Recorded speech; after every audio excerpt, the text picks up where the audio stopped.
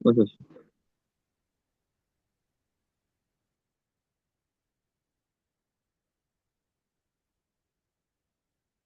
Baik, sebelumnya mohon izin perkenalkan kami dari kelompok 6 yang akan membawakan materi terkait pahlawan Soekarno.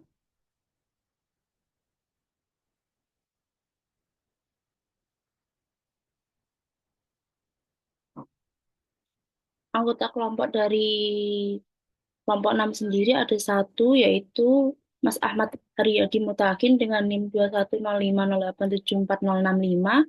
Saya sendiri Alvina Widiani dengan NIM 24050874143. Yang ketiga ada Muhammad Syaiful Nizar dengan NIM 24050874152. Selanjutnya ada Muhammad Aldo Ilmansyah dengan NIM 24050874161. Ada Haidar Muhammad Rashid dengan NIM 24050874164. Dan yang terakhir ada Jawaharul Mawahib dengan NIM 24050744166. Selanjutnya, materi akan dilanjutkan oleh rekan saya.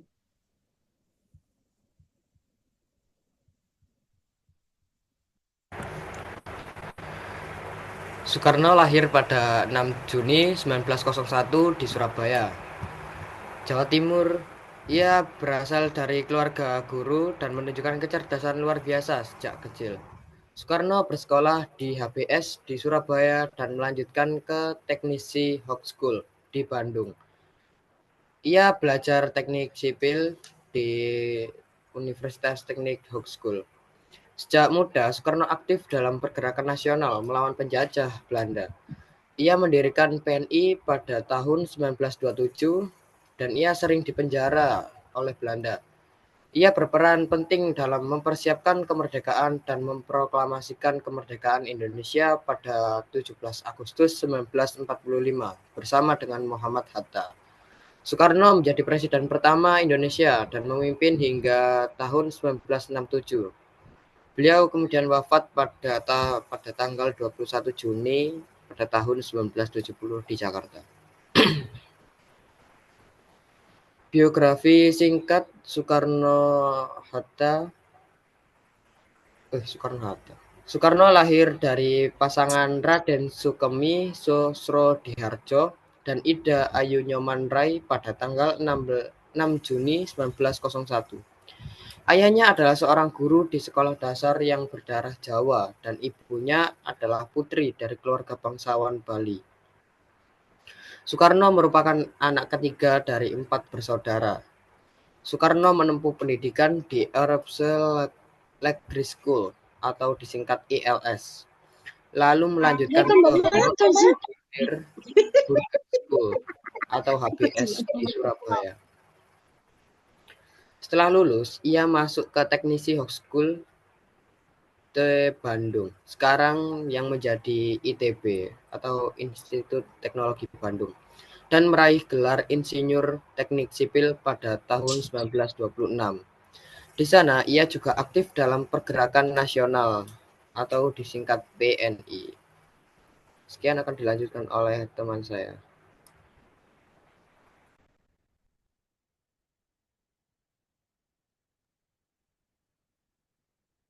Selanjutnya, setelah lulus dari Teknis Burger School di Bandung atau untuk sekarang yaitu ITB pada 1926 dengan gelar Insinyur Teknik Sipil, Soekarno lebih fokus pada perjuangan kemerdekaan Indonesia.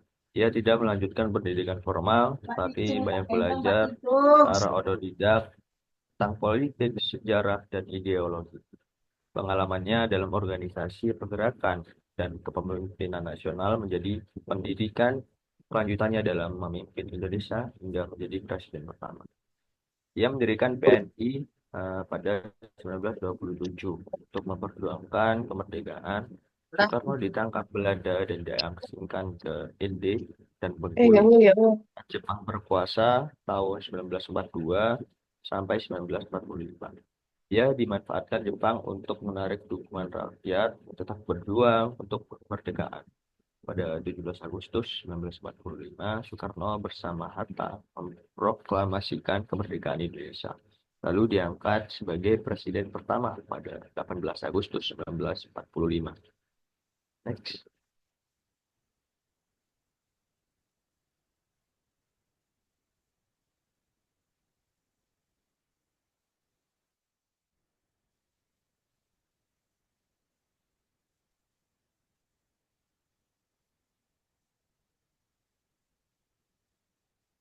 Jadi peran Soekarno eh, di Republik Indonesia sendiri adalah sosok pembelajar yang haus akan ilmu.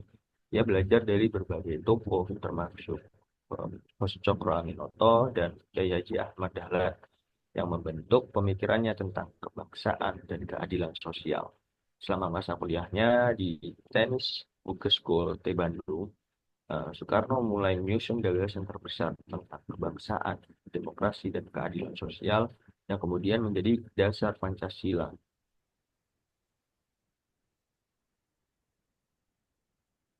Selanjutnya, dilanjutkan.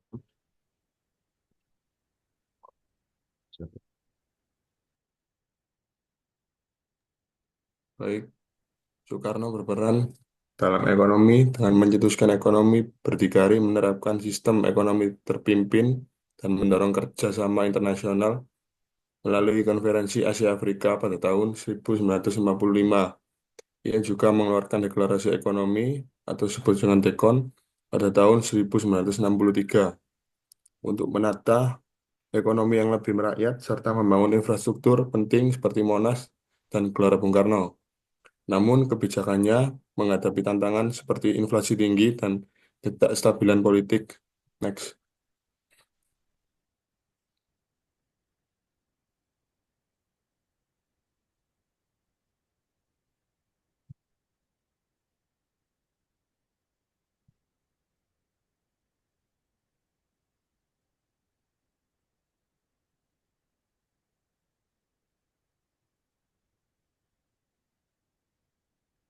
Peran Soekarno. Soekarno dikenal sebagai pemimpin karismatik dan mampu menyatukan berbagai elemen bangsa. Ia mengedepankan musyawarah dan mufakat dalam pengambilan keputusan, seperti terlihat dalam perumusan naskah Proklamasi Kemerdekaan bersama Muhammad Hatta dan Ahmad Subarjo. Selain itu, ia merumuskan konsep demokrasi yang memberi ruang partisipasi dalam politik dan ekonomi, berbeda dengan demokrasi Barat yang hanya fokus pada aspek politik. Selanjutnya akan dilanjutkan oleh teman saya.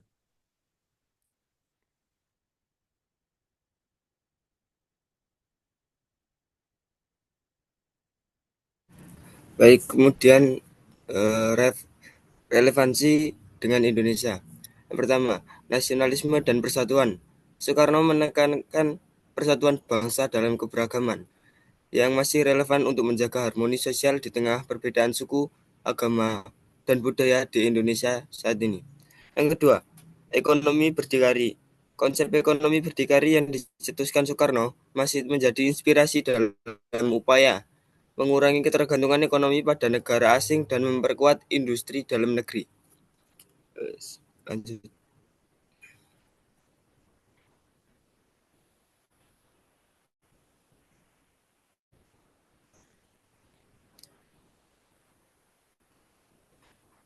Yang ketiga, Diplomasi Afrika tahun 1955 mencerminkan pentingnya diplomasi Indonesia dalam politik global yang masih berlanjut dalam peran aktif Indonesia di forum internasional seperti G20 dan ASEAN.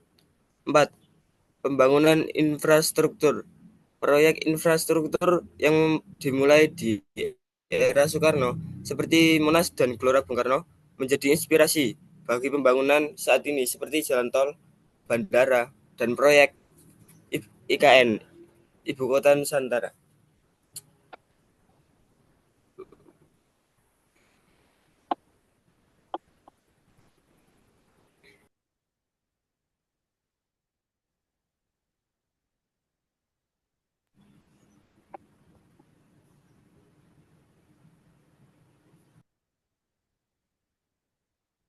Baik, akan saya lanjutkan.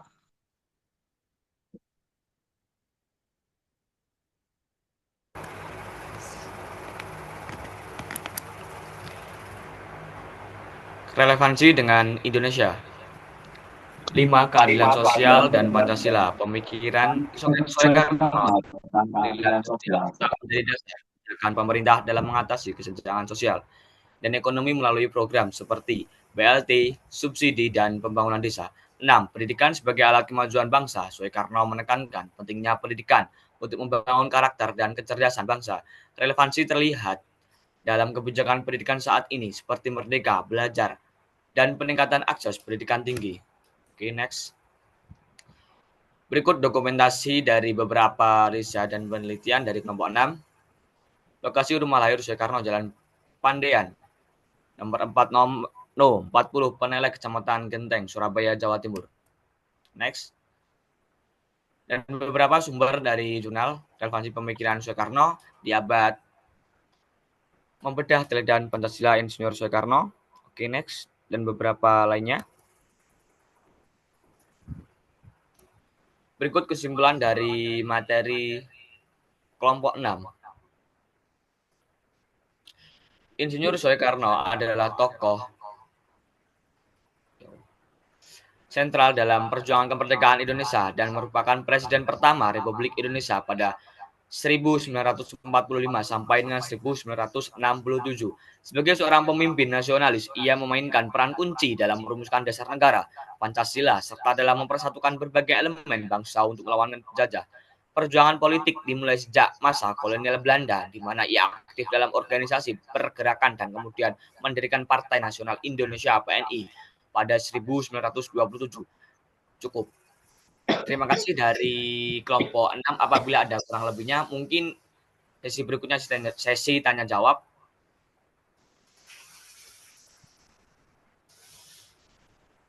Baik, mungkin yang ingin bertanya bisa langsung raise hand.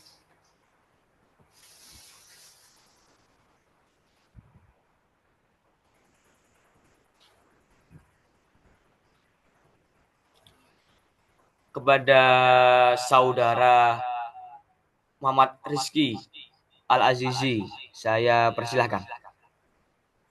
Ya, terima kasih atas kesempatannya. Perkenalkan, nama saya Muhammad Rizky Hurjatul Al-Azizi dengan NIM 149. Izin bertanya. Tadi dibahas soal sistem ekonomi terpimpin atau terpusat. Untuk penjelasannya, eh, apa sih sistem ekonomi terpusat atau terpimpin itu? Terus, apakah sistem ekonomi terpimpin yang terlalu dikendalikan oleh negara seperti konsep Pak Soekarno masih relevan dalam sistem ekonomi modern yang lebih fleksibel? Terima kasih.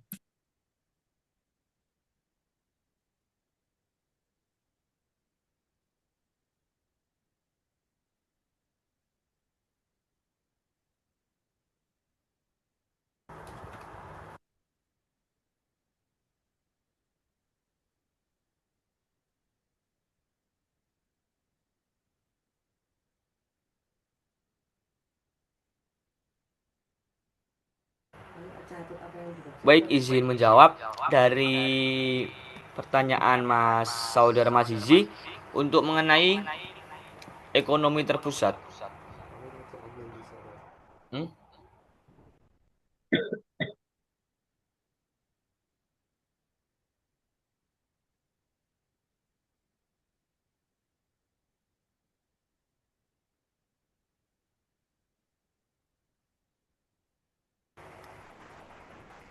Indonesia menerapkan sistem ekonomi terpusat yang sangat dipengaruhi pada zaman dulu, pada 1945 sampai 1967.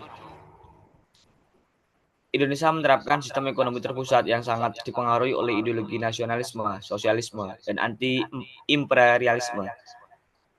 Sistem ini menekankan kontrol pemerintah yang kuat terhadap sektor ekonomi dengan tujuan mencapai kemandirian nasional dan mengurangi ketergantungan pada negara asing. Ciri-ciri ekonomi terpusat di era Soekarno pada zaman kala itu pada tahun 1945 sampai 1967. 1. Nasionalisasi perusahaan asing. Yang kedua, rencana pembangunan yang tidak berjalan efektif. Yang ketiga, politik ekonomi berdikari, berdiri di atas kaki sendiri. terus inflasi tinggi dan keterpurukan ekonomi. Mungkin dari beberapa rekan saya mungkin bisa menambahkan. Dari saya cukup.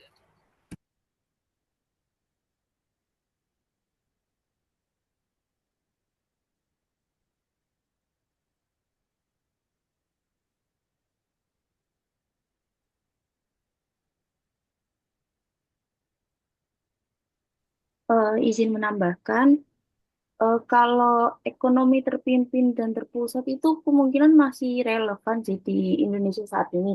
Dikarenakan ada beberapa perusahaan itu yang masih dikelola oleh negara. Contohnya kayak dalam segi energi dan pertambangan, terus transportasi dan infrastruktur sama pangan. Cukup.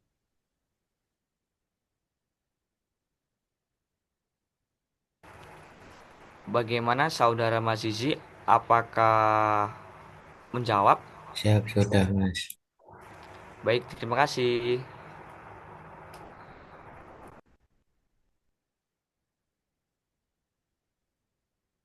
Kepada saudara Sahrul Romadhoni saya persilahkan. Oke, terima kasih atas waktunya. Apakah suara saya terdengar? Terdengar, terdengar, Sebelumnya pasti perkenalkan terdengar. nama saya Sahrul Ramadhani dengan NIM terakhir 156. Izin bertanya, Mas. Apa yang terjadi pada tanggal 18 Agustus 1945 dalam sejarah Indonesia? Cukup, Mas. Terima kasih.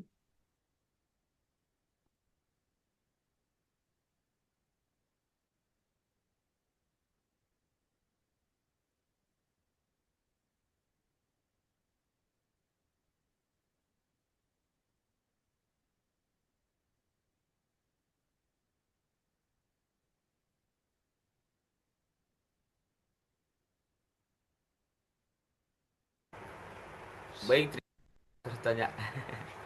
Dulu bertanya.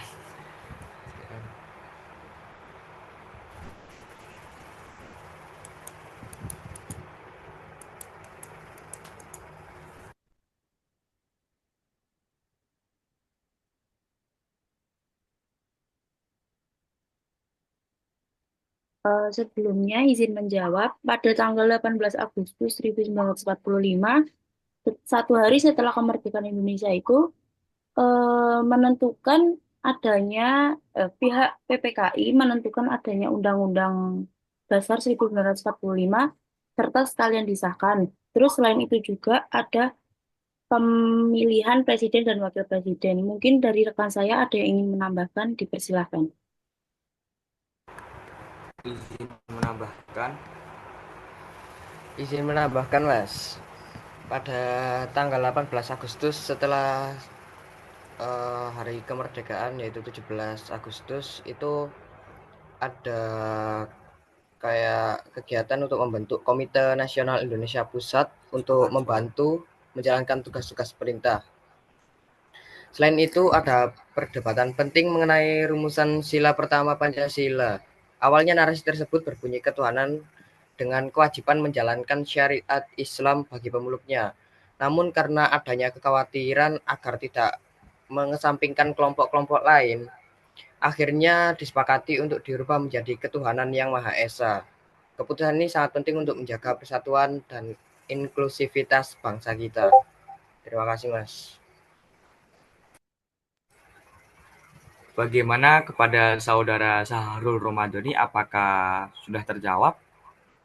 Sudah, Mas. Terima kasih. Baik, sama-sama. Mungkin ada yang mau bertanya lagi? Atau sudah dari kelompok 6 dicukupkan? Untuk Mas Andika, jadi bertanya enggak? Jadi. Di sini langsung aja ya. Eh, Gaya kepemimpinan Soekarno itu cocok nggak dengan keadaan Indonesia di masa lampau dan itu sangat berbanding terbalik dengan gaya kepemimpinan wakilnya sendiri Muhammad Hatta. Cukup.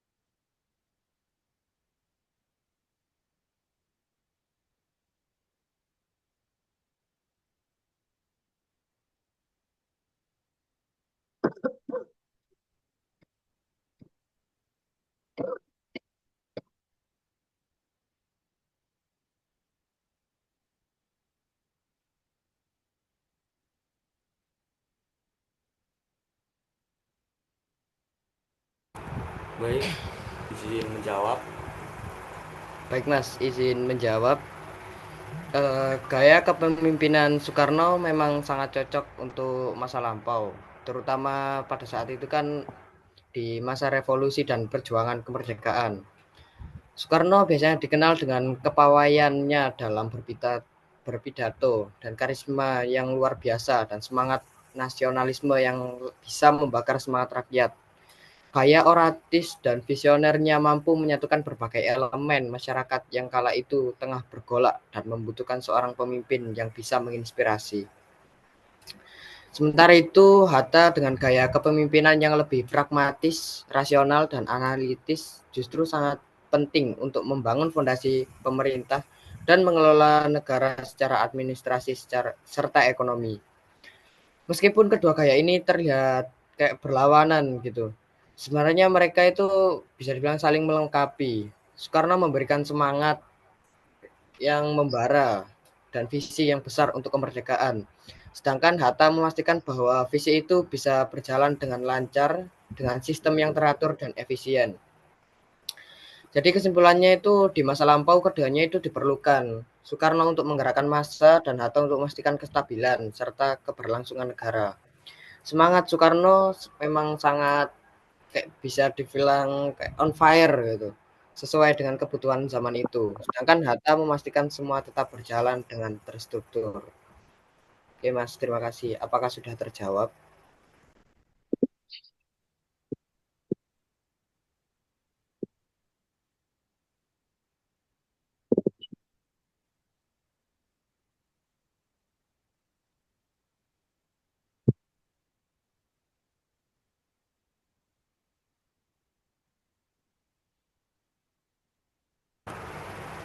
Permisi Mas Andika, apakah sudah terjawab atau mungkin dari rekan saya ada tambahan?